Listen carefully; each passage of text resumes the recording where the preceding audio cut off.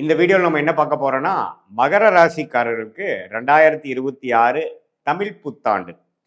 April 14ஆம் தேதி சித்திரை முதல் நாள் வந்து பிறக்கக்கூடிய அந்த தமிழ் புத்தாண்டு, அடுத்து வரக்கூடிய ஒரு வருடத்துக்கு எத்தகைய ஒரு ஆண்டாக மகர ராசிக்காரர்களுக்கு இருக்க போகுதுங்கிறது, சயின்டிஃபிக் வேதிக் அஸ்ட்ராலஜி முறையில் துல்லியமான முறையில் பரிகாரங்கள், அது மாதிரி மூட நம்பிக்கைக்குள்ள போகாமல் எப்படி எப்படி கிரகங்கள் எந்த மாதிரி இடத்துல சஞ்சரித்தால் எது மாதிரி ஒரு அமைப்பு கொடுக்கும், நம்மளுடைய கர்ம பலன் வந்து ஒளி தத்துவ அடிப்படையில் அறிவியல் சார்ந்த இந்திய வேத ஜோதிட அடிப்படையிலான சயின்டிஃபிக் வேதிக் அஸ்ட்ராலஜி முறையில் நாம் மகர ராசிக்கு எத்தகைய ஒரு ஆண்டு பலன்கள் என்று சொல்லப்படுகிற ஆண்டுக்கு ஒரு தரம், ரெண்டு ஆண்டுக்கு ஒரு தரம் பயிற்சி பெறக்கூடிய சனி, குரு, ராகு, கேதுங்கிற கிரகத்தின் அமைப்புகள் காரணமாக மகர ராசிக்கு எத்தகைய ஒரு தாக்கத்தை இந்த தமிழ் புத்தாண்டு 2026 ஏப்ரல் 14 2027 ஏப்ரல் 13 வரைக்கும் இருக்கக்கூடிய அந்த காலகட்டம், ஒரு ஆண்டு காலகட்டம் எத்தகைய ஒரு ஆண்டாக இருக்க போகுதுங்கிறது மகர ராசிக்கு பார்க்க போறோம்.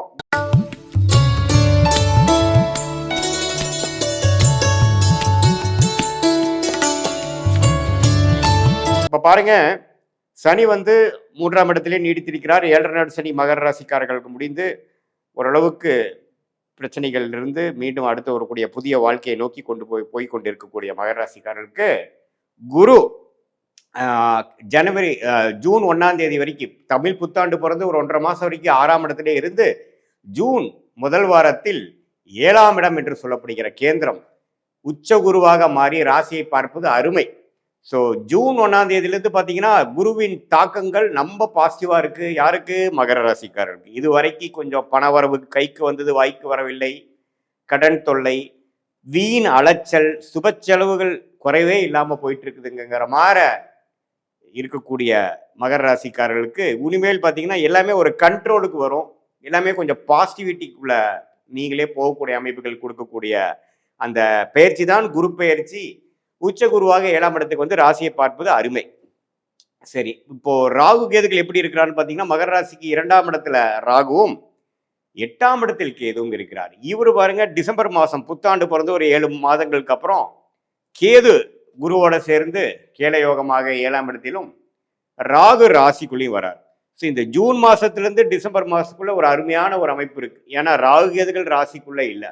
ராகுகள் ராசிக்குள்ளே வந்துன்னா சில மனக்குழக்கங்கள், அடுத்து வரக்கூடிய காலத்துக்காக நிறைய திட்டமிடுதல், சிலது சரியா வர்றது, சிலது சரியா வராமல் போகிறது, உறவுகளில் கொஞ்சம் பிரச்சனை, அது மாதிரி பல விஷயங்கள் கொடுக்கக்கூடிய அமைப்பு இருக்கு. ஆனால் ஜூன் மாதத்திலிருந்து நவம்பர் மாதம் வரைக்கும் ஒரு பொற்காலம் என்றே சொல்ல வேண்டும். யாருக்கு? மகர ராசிக்கு. ஏன்னா குருவின் பார்வை இருக்கு, ராகு கேதுகளின் தாக்கங்கள் இல்லை.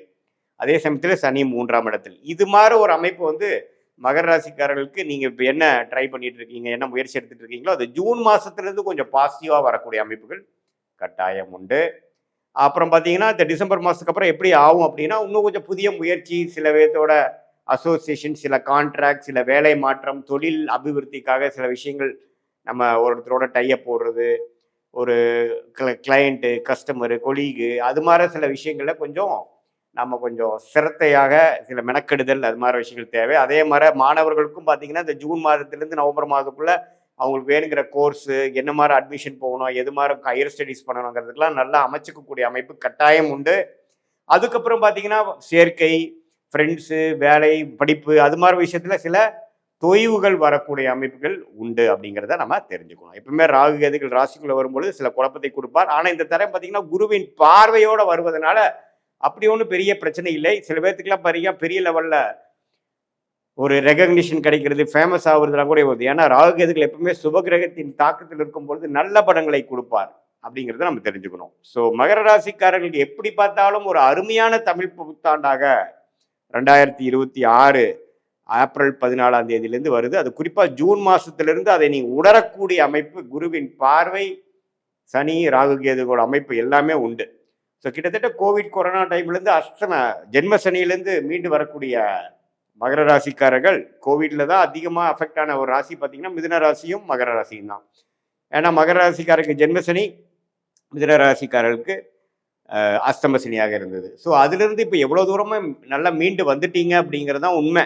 ஆனால் இந்த 2026 தமிழ் புத்தாண்டு எப்படி இருக்குன்னா நல்லாவே ஒரு அடுத்த லெவலுக்கு நம்ம போயிட்டோம். இது வரைக்கும் நான் மனசுல ஒரு 1 வருஷம் 2 வருஷமா சங்கடங்கள், சில பிரச்சனைகள் தீர்க்க முடியாமல், சில உறவுகள்ல ஒரு சுணக்கமா இருக்கக்கூடிய அமைப்புகள், அது மாதிரிலாம் போயிட்டு இருந்த மகர ராசிக்காரர்களுக்கு ஒரு அற்புதமான ஒரு நல்ல ஒரு மாற்றத்தை உறவுகள் காட்டிலும், உறவுகள் விஷயத்துல, அதே மாதிரி வசதி வாய்ப்புகள் விஷயத்துல, அதே மாதிரி மன சந்தோஷம், மன மகிழ்ச்சி விஷயத்துல, சுப விஷயங்கள் நடந்து அதுவரை நம்ம நடக்காம ஒரு தடைகளா இருந்ததேங்கிற ஒரு மன அழுத்தத்தை குறைக்கக்கூடிய அமைப்பாகவும், அதே சமயத்துல கல்யாணம், குழந்தை, குடும்பத்துக்கு ஒரு நல்ல விஷயங்கள்லாம் நடக்கணும்.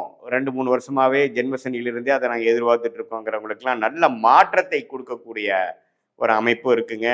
அதே சமயத்துல பாருங்க, வியாபாரத்தில் இருக்கிறவங்களுக்கு நல்ல விருத்தி, நல்ல கஸ்டமர்ஸ், நம்ம கிளையண்ட்ஸ், பார்ட்னர்ஸ் அப்படிங்கிற மாதிரி சோஷியல் லைஃப் வந்து மகர ராசிக்காரர்களுக்கு நம்ம பாசிட்டிவாக இம்ப்ரூவ் ஆகக்கூடிய ஒரு அமைப்பு இருக்குதுங்கிறது நம்ம தெரிஞ்சுக்கிறோம்.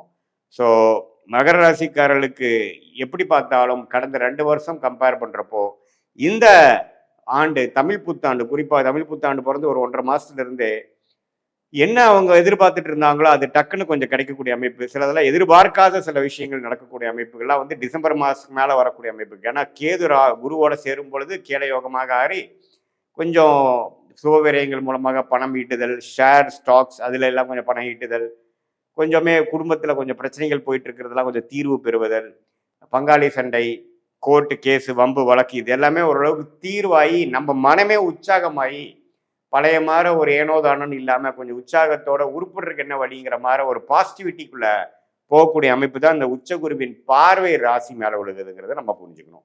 இந்த காலகட்டம் குறிப்பாக இந்த ஜூன் மாதத்துலேருந்து நவம்பருக்குள்ள சில விஷயங்களாக நீங்கள் காரியம் சாதிச்சுக்கணும்.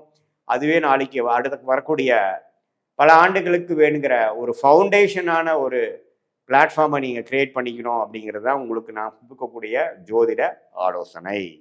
இது பொதுவான பலனே தவிர உங்களுடைய ஜென்ம ஜாதகத்தில் பிறந்த தேதி, பிறந்த நேரம், பிறந்த ஊரை வைத்து உங்கள் ஜாதகத்தை போட்டு நீங்கள் எந்த லக்னத்தில் பிறந்தீங்க, நீங்கள் மகர ராசியில் அவிட்ட நட்சத்திரத்தில் பிறந்திருந்தாலும் சரி, திருவோண நட்சத்திரத்தில் பிறந்திருந்தாலும் சரி, உத்திராட நட்சத்திரத்தில் பிறந்திருந்தாலும் சரி, லக்னாதிபதி நீ என்ன லக்னம், உங்கள் லக்னாதிபதி எப்படி இருக்கிறார், ஸ்தானபலம், திக்பலம், திருப்பலம் எப்படி இருக்கிறார், எது மாதிரி தசாபுக்திகள் போய்கொண்டு இருக்கிறது, உங்கள் லக்னத்துக்கு யோகமான தசைகள் போய்கொண்டு இருக்கிறதா, எது மாதிரி வாழ்க்கையில் அடுத்த வரக்கூடிய 6 months 3 months அடுத்த 12 months 1 yearலாம் எப்படி இருக்கு, எது மாதிரி திசையில் நம்ம வாழ்க்கை அமையக்கூடிய அமைப்புகள் இருக்கு, திரும்பக்கூடிய அமைப்புகள் இருக்கு, எந்தெந்த பிராப்தங்கள் காத்து இருக்கிறது, எந்தெந்த பிராப்தங்கள் நமக்கு வரக்கூடிய அமைப்புகள் இல்லை அப்படிங்கிறத தெளிவா தெரிந்து அதை நோக்கி நீங்க வாழ்க்கையில செய்யக்கூடிய முயற்சிகளா இருந்தாலும் சரி, திட்டங்களா இருந்தாலும் சரி, அதை நோக்கி நீங்க வந்து ஒரு செயல்பாடுகளையும் நீங்க செய்யும் பொழுது வாழ்க்கையில் எளிதில் எதிர்நீச்சல் போடாமல் வெற்றி பெற முடியும் என்று சொல்ல விரும்புகிறேன்.